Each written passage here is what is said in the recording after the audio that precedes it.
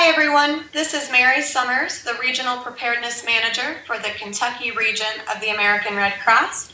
And today we are going to spend a few minutes just going through our home fire risk map resource that we have at our fingertips to be able to help us plan where we want to reach out and target some high-risk, in-need communities for our smoke alarm and pillowcase efforts.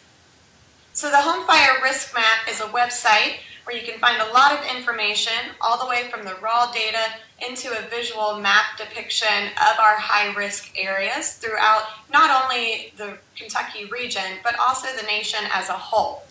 So today we're going to talk about how we get to this map and where we can find it, what it means when we're seeing this raw data and what data is used. We're going to look through the raw data and find ways that we can manipulate that to show the stories that we're wanting to show. And then look at the visual map where we can actually see the color coding of our counties and our census tracts. So we can, again, manipulate the map to show our story of what is our high-risk area, what is a low-risk area, and where would we want to target our home fire campaign efforts. So first, let's start with getting to the Home Fire Risk Map website. You don't have to remember the website. You don't have to go hunting through the exchange. The easiest way to do it is using your favorite internet browser. Give a search for Home Fire Risk Map. Typically, it is the first one that comes up, but if not, you just want to remember that it is the one done via GitHub. So you see here our address of home-fire-risk.github.io/smoke_alarm_map. That is the Home Fire Risk Map, and we can click on that link and it takes us to this website. The first thing you're going to see is a map of the United States with a lot of little colors in boxes. So I want to point out a couple things before we get into looking at the data and how to use the map. First, I'm going to click this little button up here in the top right-hand corner that says About. This is great to share with your other lines of service or your partners, so that way they know what this data is and what this information is they're looking at as well. So the Home Fire Campaign supported this visualization of our risk areas throughout the nation. And what this does is it took a lot of information from the U.S. Census, the Red Cross, as well as the National Fire Incident Reporting System. And the data predicts a neighborhood home fire risk based on a few criteria. So this is a prediction of the risk of certain areas. They use census tracts. Is the most common way to differentiate neighborhoods. So as we go through the data, you'll see some more information and we'll go over kind of what that means. But we're going to be looking mostly at census tracts to have this visualization. So they used 3 different risks. One was a risk of not having a smoke alarm. So an increased likelihood of a home not having any functioning smoke alarms. They also took the risk of home fire, so they used the prevalence in census tracts over the 5-year period to predict the future home fire risk. And then they used the risk of fire-related injury. So again, that increased likelihood that a home fire could result in an injury or death. So they took those risks and created risk scores throughout the nation, and again, throughout our census tracts and our counties. And all of this is based on the Red Cross regions. So that's important to keep in mind. I'm going to highlight here Missouri. So Missouri is divided in by two Red Cross regions. And the eastern part of Missouri actually has some of Illinois in it. So when we get into looking at the rankings of these counties or these census tracts, it's important to remember that those rankings are based on the Red Cross region and not the actual state boundaries. So there may be some differentiating data if you're working with, say, a statewide fire commission who's using just the state's information. So in Kentucky, we have 120 counties in the state, but the Kentucky region only has 119 counties, but some of those are southern Indiana counties. So there may be a few discrepancies, but overall we can give a really good picture of what our risk scores are throughout the state and throughout the regions. So before we get into using the map and how to minimize some of these colors to make it a little bit more visually appealing and to make it a little bit clearer, let's look at this raw data that they've used to create these little color codings. So let's go to view data. Again, this is data by Red Cross region. So we want to make sure that we are looking at the Red Cross region that contains maybe the target areas we're discussing. So we can do the drop down arrow, scroll down here and find the Kentucky region. And it is going to update all of the information. And we have a lot of categories that we can sort and filter by. We have rank, risk score, the tract, that's the census tract, which county, the number of households, median household income. We have some demographic information, including the percentage of Hispanic, white, and black residents in that census tract. And then we have our risk factors. So the risk of not having a working smoke alarm, the risk of having a home fire based on that 5-year prevalence, and the risk of fire-related injuries. So what does all of this mean? I have this sorted here in rank. So the highest risk score that we have in the Kentucky region is in Census Tract 4 in Fayette County. So that's what that means. Number 1 is our highest risk. So the highest risk score that we have here in the Kentucky region is 69. And if you scroll down, you're only going to see 10 of our listings. It shows that we have 1,065 entries. So those 1,065 entries, that's 1,065 census tracts that we have in the Kentucky region. So we can filter through all of those. If we're looking for anything particular, I'm going to click here all the way to the end, so we can actually see that our lowest risk score of 17 is in Jefferson County. And that's Census Tract 103.14. And again, you can see some of the information that we have here about that census tract. So this is the raw data that's used. You can copy this, you can turn it into a couple different file types if you wanted to export it to Excel or to a PDF or just to print it to be able to use for your planning purposes or to take to a partner for discussions. That's all here and is available. So a couple things to remember from here is, again, we're in census tracts and our highest risk score is 69. And then we have a rank. Any of our census tracts can be ranked on a scale of 1 to 1,065. So as we get into the map, go ahead and click that. As we get into the map and we start focusing in on Kentucky and looking at the Kentucky region and our different counties and census tracts, it's important to remember kind of what those scales are. So that gives you a little bit more detailed information. A couple ways to use this map. You can use the zoom in and zoom out buttons over here.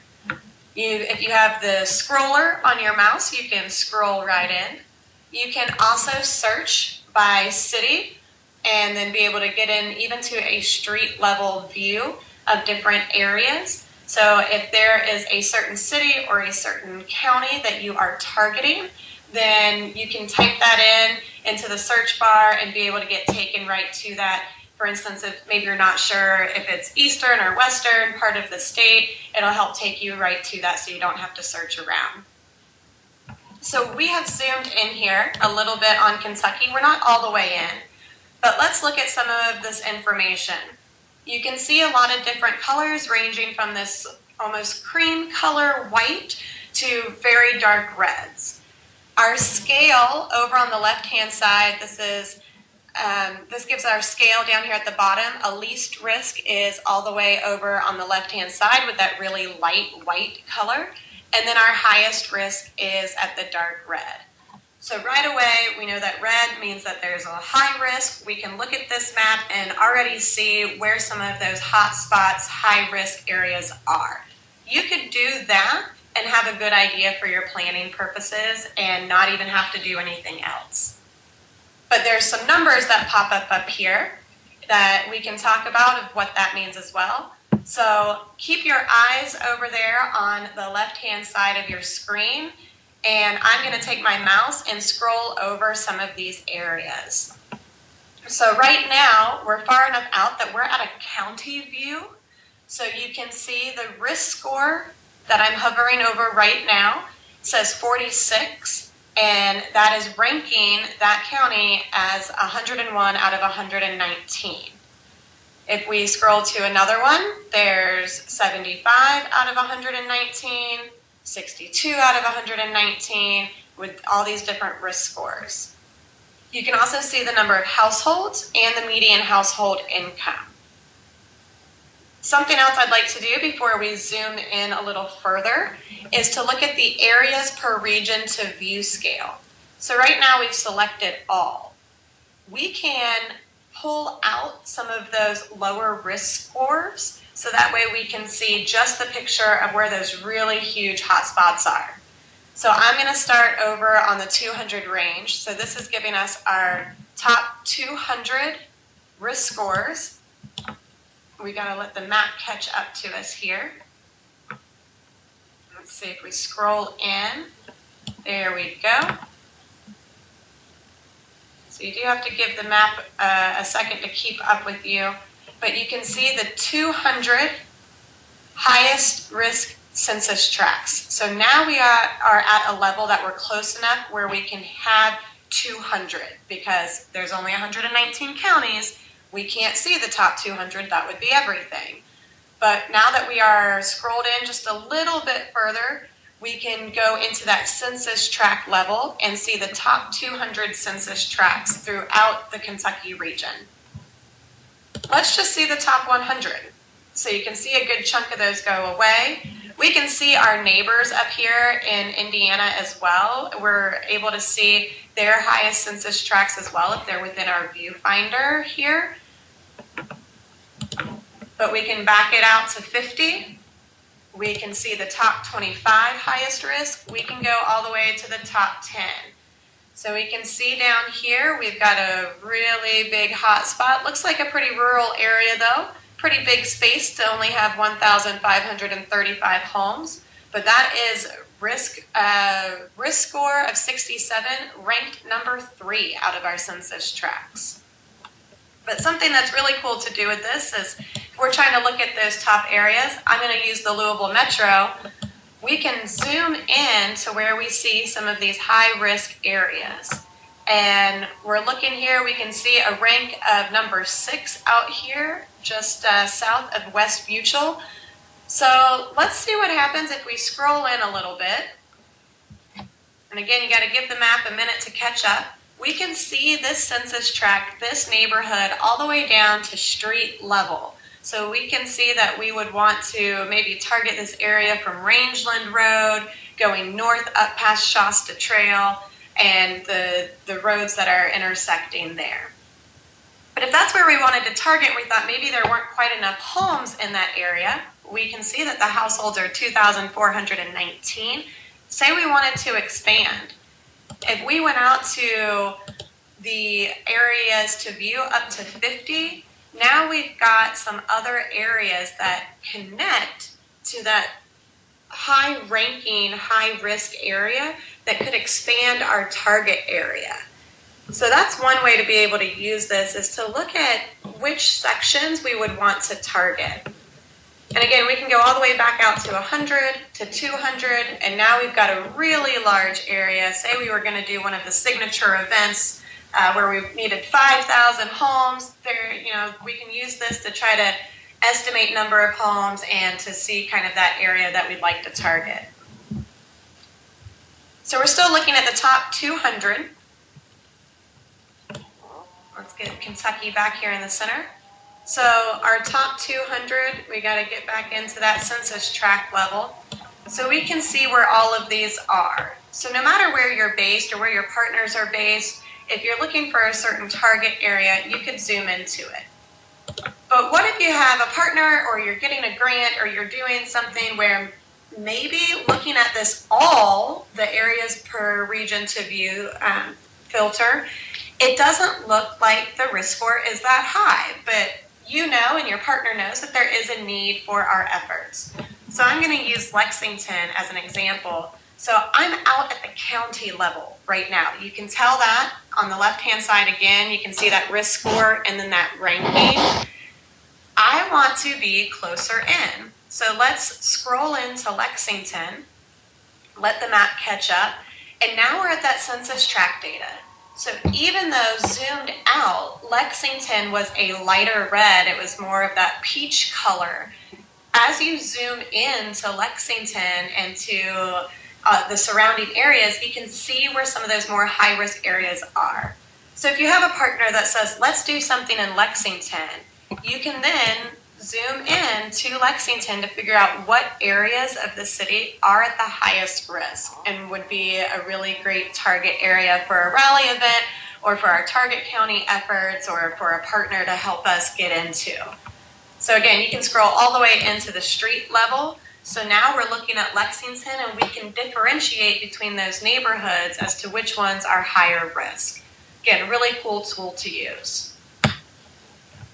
And just one last thing, I did want to use the search just to show you how it works. I'm going to use the city of Irvin because we have an event coming up there. So you can type in the city and the state and give it a whirl to see if it will get us. There it is.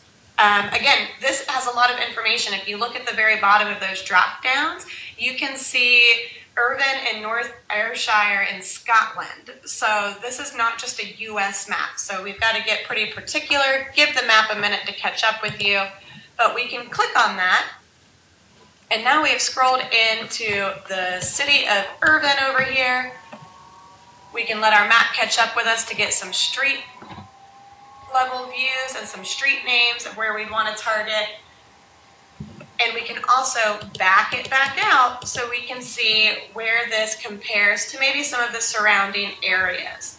So looking there at Estill County and the census tract that contains Irvin there, we can see that that is darker red than the surrounding areas. So that would be a really great area to start targeting.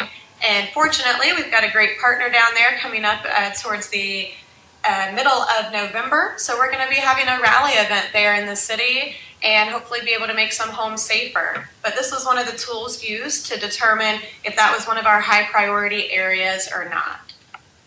So I'm just going to back it back out as we wrap up here to show you how we can go from this map full of different color boxes to be able to go all the way down to a street level where we would like to reach out and help communities that have high risk. I hope this video helps explain some of the ways to use the home fire risk map and some of what that data means. If you have any questions, as always, please don't hesitate to reach out. Thanks for watching and thanks for doing what you do to make our communities prepared.